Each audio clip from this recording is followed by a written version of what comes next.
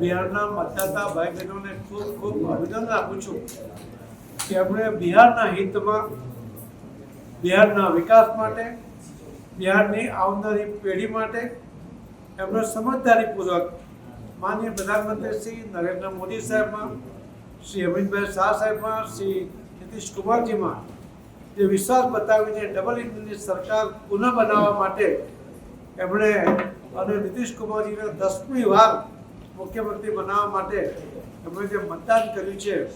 એમને મતદાતાઓને નમન છે. એમને સમજદારીને અને એમને જે રીતે જંગલરાજને અટકાવવા માટેનો ભરપૂર પ્રયત્ન તાકાત લગાવી ત્યારે એક ડર ઊભો થયો કે જંગલરાજ ફરી આવી રહ્યું છે અને બિહારમાં રહેતા અને બિહાર બહાર રહેતા બિહારના લોકોએ પણ